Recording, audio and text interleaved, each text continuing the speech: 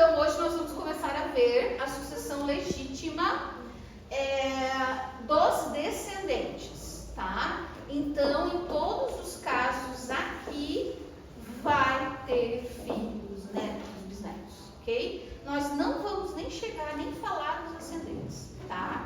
Primeiro começa nos descendentes, porque é a primeira classe, né, a receber a herança, e os filhos são o primeiro grau como descendentes do falecido. E junto disso, a gente já vai analisar de acordo com os regimes de casamento ou comunhão ou união estável, tá? Então, a pessoa pode estar no regime de comunhão universal, regime de comunhão parcial, regime de separação de bens, regime de participação final nos aquestos e o regime de separação obrigatória de bens, que é para aquelas pessoas maiores de 70 anos ou incapazes. A questão dos incapazes foi modificada pelo Estatuto da Pessoa com Deficiência, que hoje traz que todas as pessoas são capazes. Por exceção, tem, né, uma deficiência, mas essa deficiência ela vai gerar uma incapacidade civil somente se for muito grave. Então, a princípio, hoje, os incapazes são os menores de 16 anos, né? Os relativamente incapazes, entre 16 e 18, pródigos e civícolas. As pessoas com deficiência física e intelectual saíram do Código Civil. Muito cuidado com isso, porque o Código Civil está desatualizado e é uma mudança drástica de capacidade civil no Brasil. Então, tinha os loucos de todos os gêneros, né? Umas palavras bem deficientes mentais. Tudo isso saiu e foi revogado pelo Estatuto da Pessoa com Deficiência. E eu mandei para vocês essa semana um julgado do STF sobre a obrigação de os maiores de 70 anos casarem no regime de separação obrigatória de bens, né? Por aquela questão, tem alguém passando a perna, né? Já tem 70, alguém muito mais jovem casando, tal, a preocupação da família com relação a isso, etc.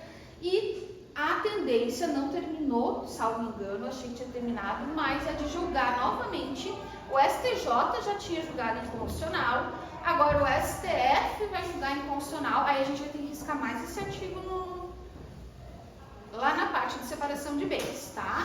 Porque se são duas pessoas capazes, se eu tenho 70 anos e tenho plena capacidade civil e eu só posso casar tendo plena capacidade civil, eu posso escolher o regime de bens que eu quero casar. Mas é uma menina de 30 anos que está se aproveitando. O patrimônio é meu?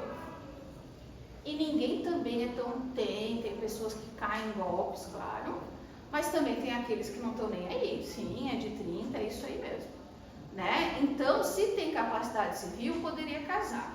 Há quem acha que deveria tomar mais esse cuidado com as pessoas. Era 60 anos, passaram para 70. Então, a tendência é que daqui mais um tempo vai para 80 e ou agora realmente se torna inconstitucional. O Código Civil de vocês, ano que vem, não vai dar mais. Eu fosse você, já baixa aí na internet, né, um mais jovem, porque nós já vamos ter muitas mudanças e vocês vão para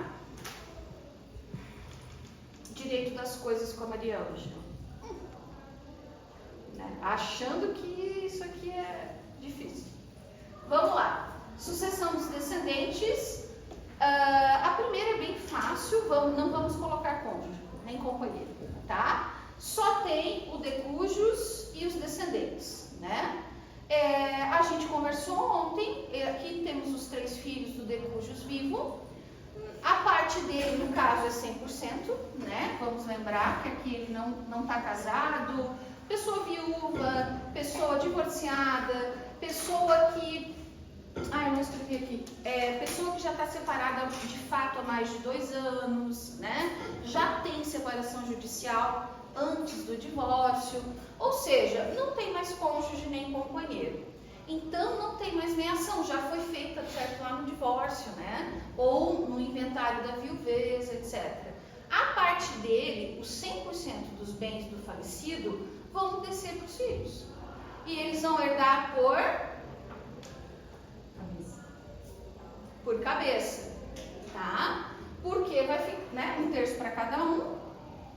Por quê? Porque são todos do mesmo grau e da mesma classe, certo?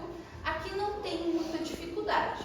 É um inventário facilzinho de fazer, uma partilha fácil de fazer, né? Aí vem aquela coisa de novo, que a gente viu ontem, né? Se esse filho for pré-morto, quem que a gente vai chamar para herdar? Os filhos dos filhos, né? Os netos do falecido. Os netos do falecido representam o pai, então herdam por representação o que o pai receberia, 1/3. Então a gente só tem essas duas formas de herdar no Brasil, ou por cabeça ou por representação, tá? Então aqui eu acho que, né, o que a gente falou ontem já é suficiente, só para não quebrar aqui o desenho. Vamos agora analisar com cônjuge ou companheiro ou regime de bens. Eu vou fazer o resto em vermelho porque o preto acabou. Primeira coisa, o companheiro está aqui por quê? Por causa do STF. Se vocês olharem o artigo 1829, ele não está, né? Ele concorreria com os colaterais. Ele teria que concorrer pelo menos com os irmãos do falecido para herdar. Passaram-se os anos, a união estável foi muito bem aceita. Hoje em dia, pouquíssima diferença para o casamento em termos de direitos, né? Chegou no STF, sempre chega, em algum momento chega. E aí o STF acaba legislando pela demora do Congresso em analisar essas situações, né? E aí a união estável foi reconhecida isso bem antes, lá em 94, né? E agora ela foi colocada ao patamar de cônjuge, né? Então, se você vive união estável, seu companheiro, a sua companheira, vai herdar como cônjuge. A maioria das uniões estáveis no Brasil são no regime de comunhão parcial porque não se fez contrato, né? Se você for fazer contrato de união estável, escritura pública, você pode escolher qualquer dos regimes. E aí é de acordo com o regime que foi escolhido, tá?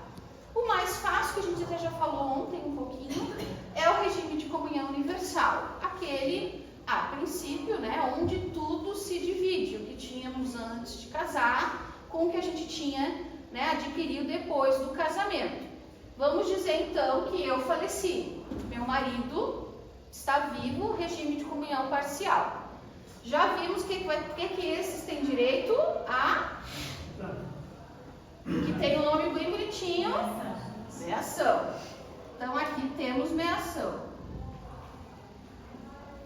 Então vem 50% para cá. Inclusive, gente, o cônjuge tem direito a escolher os 50% que ele quer. É quase assim, né, como ele é o cônjuge, né, e normalmente morava junto numa casa, né, com a pessoa que faleceu, ele primeiramente pode escolher os 50% que ele quiser, tá? Às vezes dá briga, né? O outro 50%, que é realmente uma herança, né, do falecido, vai descer para os seus descendentes. É isso que a gente está vendo aqui. No caso aqui, né, a gente tem 3 filhos, vai ficar 1/3 para cada filho desses 50%. E aqui você imagina, gente, que já descontaram as dívidas, tudo que tinha para descontar do falecido. É o líquido, né? É a herança líquida dele, tá? Então fica aqui bonitinho 1/3. Aí, se um deles já faleceu, sobe os netos. De repente tem, né, os netos já faleceram, sobe um bisneto, alguma coisa assim, né? Mas a gente não tem, é um inventário fácil de fazer, porque ele chega na tua mão. Quem é já casado hoje no regime de comunhão universal de bens, são casamentos mais antigos, são casamentos de muitos anos, né? Então você vai pegar provavelmente um casal que tem só aquele relacionamento e os filhos daquele relacionamento, não tem filhos com outras pessoas, né? de casar. Então, você pega, vai ver, né, a certidão de óbito, quem é o cônjuge, regime de bens, se deixou filhos, quais são os bens, calcula os bens, né, dá o valor dos bens. Como eu falei, o inventário, ele é muito documental, ele não tem audiência necessariamente, tá? Se eu abrir aqui vai ficar barulho, tendo toda a documentação dos bens, tendo a habilitação de todos os herdeiros, do cônjuge sobrevivente ou do companheiro, a gente já aí tem que pagar todas as dívidas, as taxas, né? E fazer a proposta de partilha se for consensual. Então, nesse caso aqui, não havendo menores ou incapazes, pode ser em tabelionato também, tá? Como o divórcio, né? Que a gente hoje faz, independente do valor de bens. Tem gente que pensa assim, só pode até um teto, né? Se for muito alto, vai ter que ser judicial. Não, tá? Independente do número de herdeiros ou de bens, sendo consensual e não envolvendo incapazes, pode-se fazer o inventário em tabelionato, né? Tem que pagar ITCMD do mesmo jeito, né? E aí você apresenta tudo pronto, inclusive o pagamento do ITCMD, para aí só fazer a escritura pública da partilha dos bens, tá? O formal de partilha. Ok, então, o de regime de comunhão universal não tem muito segredo. Se é uma família, vamos dizer assim, margarina, conservadora, essa daqui, que a gente tem ainda hoje em dia muitos, né? E eles estão separando, eles não estão nem chegando no inventário. Vamos para o regime de comunhão parcial de bens. Esse tem muita gente na união estável nesse regime e os casados. Hoje é o regime que mais se utiliza, né, para casar. No regime de comunhão parcial de bens, o que a gente comunica, o que a gente divide? Só o que adquire depois do casamento ou do início da união estável, né? Os bens anteriores, as dívidas anteriores ao casamento ou à união não se divide. E a gente tem que cuidar com os bens subrogados, né? Aquele bem que é meu, particular, né? Aí eu vou casar com o regime de comunhão parcial de bens, com aquele bem particular eu vendo e com o dinheiro eu compro um carro, e aí o casal usa o carro, aí depois troca o carro, e aí se você não cuidar, você perde o seu valor do bem particular durante os anos do casamento. Ou se você puder, né, ter essa possibilidade de sempre separar o valor num bem, né, subrogado em alguma coisa específica. Ok. Como é que funciona no regime de comunhão parcial? Tem meação? Se fosse um divórcio, teria meação?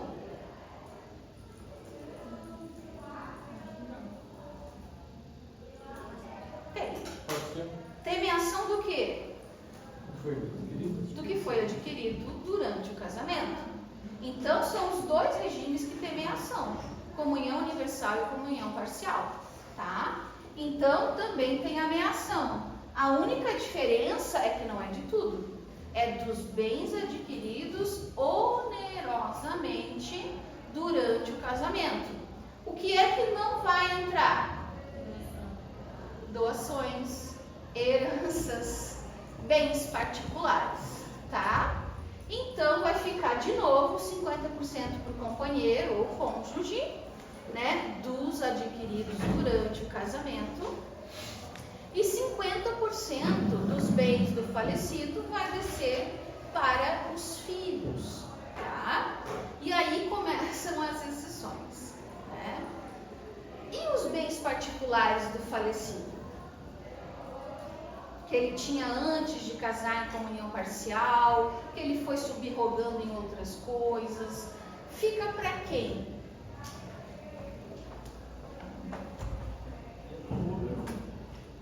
Obrigada, Ruth. Ficaria para os filhos? Tecnicamente, essa é a ideia, né? Se eu casei no regime de comunhão parcial, eu só teria direito na meação ao que eu adquiri junto com meu marido no casamento. O que é dele particular, desceria direto completo para os filhos. Então a gente tem aqui, né, seria 1/3 mais os particulares, né? Que também se dividiria em 1/3 para cada um, né, de cabeça. Mas estão vendo um quarto bem pequenininho aqui? O que acontece no regime de comunhão parcial de bens? O cônjuge, ele tem a meação dele garantida. Porém, se o falecido deixar bens particulares para dar mais uma força para o cônjuge sobrevivente, ele vai descer, a gente diz descer porque, né, descendentes, e ele vem para cá. Ele vai concorrer com os próprios filhos no inventário, tá? Nos bens particulares, não na meação do falecido, nos bens particulares. Vamos pensar. Passa a ser uma herdeira? Passa a ser uma herdeira. Por que não teve casa particular? Porque eu já te falei que as regras quebram-se na sucessão, né? E assim, vamos pensar o contrário, porque a gente tem que pensar, quebrar a ideia de que o cônjuge sobrevivente está se aproveitando. É o contrário. O código que é proteger o cônjuge sobrevivente, tá? Porque digamos que eu casei, fiquei 5 anos casada no regime de comunhão parcial e nós não compramos nada. Só móveis, outra morando de aluguel, etc. Né? Fiquei viúva. Não temos nada de valor para fazer meação. Para me dar um sustento ou uma segurança por algum tempo, eu tenho esse direito de descer e concorrer com os meus filhos em 1/4 da herança. Ah, não falei de 1/4, né? O que acontece aqui? Eu desço para concorrer e eu tenho direito a 1/4 ou mais. O mínimo de direito que eu tenho é 1/4 dos bens particulares. Entendeu? 1/4 vai ser meu. 1/4 fica ruim, né? Porque daí parece um quarto. 1/4 dos bens particulares vai ser meu. Aqui, por acaso, tem 3 filhos, vai ficar 1/4 para cada um, né? Não tem problema. Agora, se tivesse 5 filhos para cá, esses 5 filhos dividiriam os 3/4. E eu permaneceria com o meu 1/4 lá. E direito real de habitação no imóvel. Porque, gente, a gente tem que pensar, e eu acho que esse momento foi feito também pensando nas mulheres, que elas ainda não trabalhavam, né? Lá em 90 não tinha todo esse boom ainda. Então, para dar uma garantia, vamos estabelecer que pelo menos 1/4 dos bens particulares vai ficar para ela. O restante, independente do número de filhos, ficam, né? Os 3/4 ficam para os restantes dos filhos, tá? Digo. Isso, ela desce quando ela não é meia. Ou mesmo Quando é meia também. ela pode ser meia e herdeira ao mesmo tempo. Ela desce concorrendo, né? Dos bens particulares. Dos bens particulares. Vocês vão ver no material que há várias doutrinas sobre isso. Eu estou falando as doutrinas dominantes. Professor, mas se caso um cara tem a companheira, ele não tem uma relação formal com ela. É união estável? Não. Teria que ter união estável. Casamento ou união estável? O cara, a mulher morreu e ele teve um relacionamento com uma mulher qualquer e teve um filho. Neste caso, ela também entraria como desceria? Não. A gente tem que analisar no momento da morte. Se ele é casado com alguém, se mesmo casado ele vivia com essa pessoa, ou de repente já está separado dessa pessoa há anos, mas não fez o divórcio. Ou se ele já está separado judicialmente, mas não fez o divórcio. Né? Agora, o fato de ter filhos com outras mulheres não faz ela entrar aqui na herança. O filho sim, o filho é filho. Não, né? Isso a gente já não discute mais. Agora, para ela entrar, ela tem que comprovar que viveu união estável com ele. Aí o que acontece? Acontece muito aqui no NPJ, inclusive. Suspende o inventário, ela vai lá na vara da família, pede o reconhecimento de união estável. Aí, se o juiz reconhecer, ela volta para o inventário, prova que é companheira, e aí nós vamos fazer a conta do inventário. Ela herda como companheira, menção e desce nos bens particulares. Porque teve um filho do cara. Exato. Agora vamos dificultar? Vamos dificultar. Isso, o direito a 1/4, é quando os filhos forem do casal. Tá? Dela e dele. Se nós tivermos mais um filho aqui e esse for de um relacionamento extraconjugal, antes, né, desse casamento mais velho ou mais novo, ou ali, né, junto, o que desaparece? O direito a 1/4. Ela vai concorrer por cabeça. Então, se o cara deixou mais com 5 filhos aqui, né? Vai ter 10 filhos, mais ela, só que daí ela está concorrendo por cabeça, ela vai ganhar pouquinho, né? Mas vai ganhar, né? O direito real de habitação. Perde também? Perde. Não perde, tá? A gente tem que entender que quando fizeram isso aqui, era tudo muito novo com relação à união estável. E se tinha muito medo que a própria família depois pressionasse a mulher ou o marido a sair da casa. Porque, pensa bem, eu tenho direito à ameação, mas pode ser que não tenha nada para dividir. E ainda vão querer me tirar da casa. Né? Então, era uma insegurança muito grande viver em união estável naquela época. Então, se deu o direito real de habitação para essas pessoas. Né? Para garantir a moradia. E aí veio 1/4 dos bens particulares se os filhos forem do casal. Se os filhos não forem só do casal, tiver outros envolvidos, filho é filho, vai estar aqui, mas ela não vai ter direito a 1/4, ela vai por cabeça com todos os outros. Eu tenho um exemplo real, que existe hoje, de um cara, que é um magnata de Joinville. Pode falar, Rudy. Ele não casou. Família de casta quase nobre, vamos dizer assim. Teve um caso com a mulher, nunca viveu com ela, mas tem um filho que ele reconhece. Ou seja, ele não tem mais nenhum herdeiro. Neste caso, essa mulher não pode ser comprovada como companheira dele? Eu sei. Então ela viveu com ele? Teve um filho com ele, mas eles não têm nenhuma relação oficial, né? Teve um caso, teve lá, ficou com ela e teve um filho. O filho reconheceu. Em tese, é o único herdeiro dele.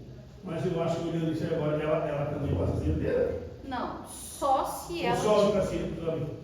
Só se ela comprovar o meu estado. Tá? Se teve um filho, está comprovado que é herdeiro. Não, eu posso ir na balada, engravidar e não saber nem quem é o pai. Não, mas ele reconhece o filho com ela. Mas o fato de ter filho não comprova um relacionamento. Ele pode simplesmente ter um amante de 1 mês, engravidar a amante, ir lá e registrar o filho e só. Ele não teve. Entende? Então, na verdade, registrar ou não é um requisito para comprovar a união estável. O filho. Né? Não, mas sanguineamente falando, ele reconhece que ele tem. Ela como mãe e ele como filho. Sim, mas o fato de ser mãe ou pai não é prova de união estável. Eu posso ter ficado 15 dias com a pessoa. Nesse caso, ela vai levar tudo, porque o filho vai levar para dar. Não, mas ela vai representar o filho, não vai ficar no nome dela. Certo. Né? Não vai ficar no nome dela. Não, Se ele fizer 18 anos, ele tem direito a pegar todos os bens. Tá? A união estável não tem mais um prazo, tá, gente? Era 5 anos, baixou para 3, né? Hoje não tem mais prazo, mas também não quer dizer que porque está 1 mês com a pessoa engravidou, se separaram, houve uma união estável ali de um mês. O que a gente tem que analisar é se teve alguma consequência jurídica. Compraram alguma coisa, venderam alguma coisa, foi com dinheiro de quem, né? Para ela se habilitar ou não aqui. Se não houve nenhuma transação jurídica de valores, etc., ela não pode nem entrar aqui. E se entrar, vai dar até uma briga com o filho, porque o próprio filho vai ter que retirá-la do inventário, a não ser que não se incomode, né? Agora, legalmente ela não pode ir. não, pelo teu exemplo, não. Eu pensei. Professora, e se os filhos não forem nenhum, se não for dela? Nesse caso que a professora falou que em um quarto fica se os filhos dele e dela. Aí se tiver Não for nenhum dela, ela perde o direito a um quarto também.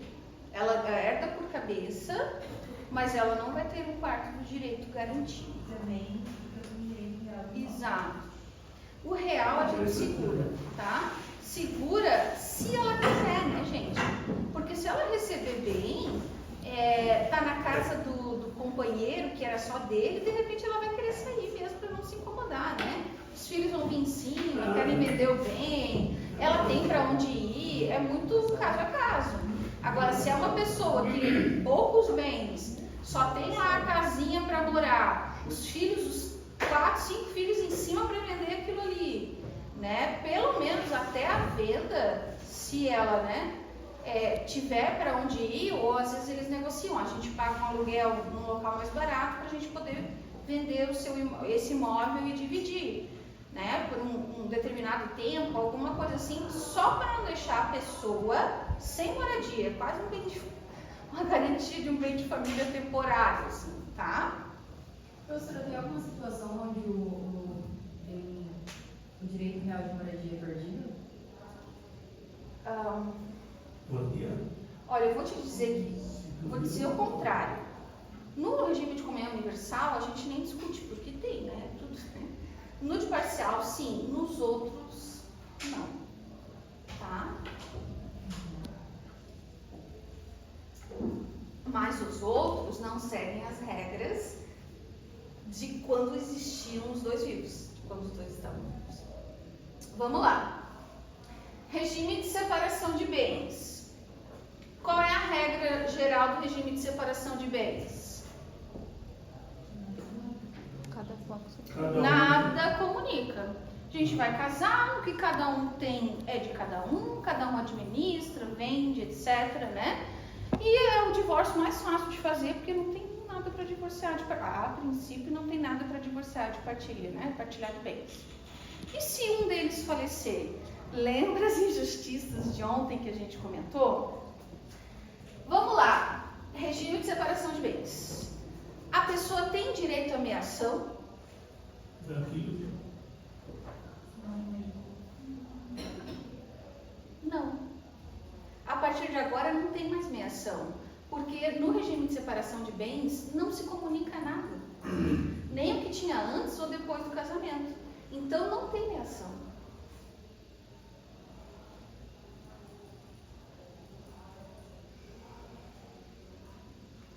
Pode ser que não faça diferença para o cônjuge, porque ele tem muitos bens e acabou, né?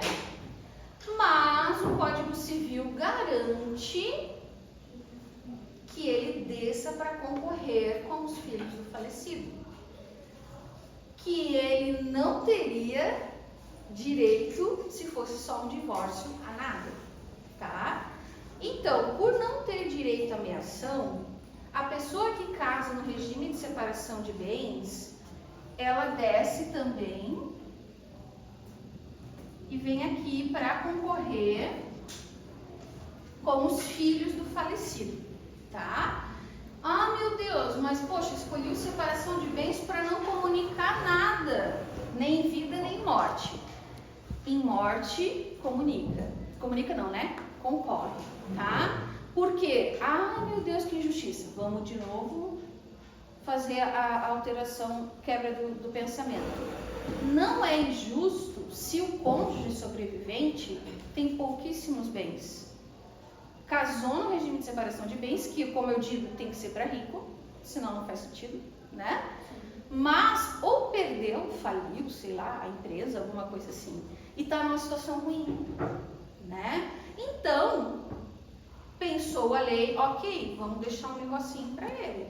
Vamos fazer ele descer para concorrer com os filhos deles, no caso, né? Do casal, de novo, garantido um quarto da herança para ele, tá? E aqui é tudo bem particular, né? Não tem meação. Então, o que vai descer aqui? Aqui é 100, né, gente? Aqui é 100. Aqui é nada, né? Porque não tem direito à meação. Separação de bens. Separação de bens, não tem meação. Então, o cônjuge, os bens que ele tem são dele, né? Acabou, não vão entrar no inventário. O que a gente está discutindo são os bens do decújus. O decújus deixou todos os bens dele para inventariar, porque era separação de bens, era tudo particular. Então, esses 100% são todos bens particulares. Aí estamos lá com 4 filhos, né? Aí vem a companheira ou a cônjuge, que é tudo com C, né? Desce aqui e garante um quarto de todos os bens particulares do falecido. Que pode ser muita coisa, e pode não ser nada também, né? E por isso que eu faço aquela brincadeira. É muito mais fácil você hoje esperar o seu cônjuge falecer para receber algo no regime de separação de bens, do que se você já tiver velhinho lá, né? Pedir o divórcio, porque no divórcio não vai dividir nada. No inventário vai. E se você der sorte de a pessoa, o seu cônjuge falecido, ter muitos bens particulares, você vai sair nadando na grana aqui. Quanto menos filhos, melhor. Já pensou se tem só um? Qual é o limite da vida? Divide os 100% entre o cônjuge de uma separação de bens e o filho do casal. Mas você falou no início. Aí vai ser sempre um quarto? Não vai ser Não, a mesma regra. Um quarto quando todos forem filhos do casal e retiramos o direito a um quarto se eles não forem do casal, é meio a meio, né? São meio irmãos. Uma parte é do casal, outra parte não é. Você falava no início lá que se for uma renda baixa, aí ela não concorda. Tem esse valor estabelecido? Não tem nada estabelecido. Ela pode ser riquíssima que ela desce para concorrer, tá? Só que, gente, lembrem que pode renunciar. Ela pode renunciar, né? Ela tem a vida dela, ela tem os bens, ela deixa tudo para os filhos. Aí tem filho de outro, né? De outro relacionamento, vai dar aquela bagunça. Se não for muito dinheiro ou a pessoa não quiser, renuncia, cede. A gente já viu tudo isso, agora a gente está vendo na prática, né? Então, tem várias situações. Agora, se é uma pessoa que ficou sem bem, né? Pouquíssimo bem no regime de separação de bens, é muito negócio para ela concorrer no regime, com os filhos, né? Do falecido, nos bens particulares. Talvez a salvação dela, porque ela não tem o direito real de habitação. Não tem. Nem na união estável. É no mínimo. É, a união estável daí. Porque eu lembro que tem, só que assim, você não pode casar, nem namorar, nem nada. Você pode morar lá enquanto você for solteira. Uhum. Vamos colocar assim, na união estável que não tem contrato, que é a comunhão parcial. Se você for lá escolher o regime de separação de bens, por analogia, se o cônjuge não tem, o companheiro também não vai ter direito real de habitação. Tá? Então, na união estável que for regime de comunhão parcial de bens, aí tem direito real de habitação. É mais garantia do que se fosse por cônjuge, né? Só um pouquinho. A professora estava falando ali, se descer e tiver 3 filhos, mas se tiver só um filho do casal, ela vai descer com um quarto e o outro filho vai ficar com 3 quartos, ou vai separar de qualquer outro? Como é que é? O filho é do casal? Isso. Igual tá igual. Isso aqui, o quarto é só uma vai metendo energético o dia todo, né? Um quarto é só uma segurança. Assim, É o no base. mínimo um quarto. Aí, putz, dá a sorte de... Esse filho nem é dela ainda, né? É o filho do casamento anterior. Aí eles casaram, viveram lá 20 anos juntos, esse filho já é adulto e tal. O pai morre, ele herda, vem tudo em bem particular, ela desce, herda metade e ele metade, filho metade, tá? O que parece muito vantajoso. E se só houver um descendente e esse descendente resolver renunciar, a parte sobe ou ela recebe tudo? Ela recebe tudo. Renúncia não se tem representação. Ela recebe tudo. Mas ela pode renunciar também, né? Não vou me meter com o meu enteado, né? Não quero briga. Toma aqui o que é teu, do teu pai, de bem particular, eu vou ficar com as minhas E se coisas. os dois renunciarem? Porra! Tá querendo me quebrar, Paulo? Vai subir, Vai subir. Obrigada, Paulo. Vai subir. Mas os dos ascendentes é outro desenho. Tá? A gente tá vendo por classe. Aí, professor, aí metade, um terço, um quarto, aí se tiver 20 filhos, um quarto. Se todos forem do casal. Se for aquela bagunça que tem, né? Um com cada mulher, aí é por cabeça mesmo. O Paulo tinha levantado. Tu pode pausar nessas perguntas? Tu tá pausando?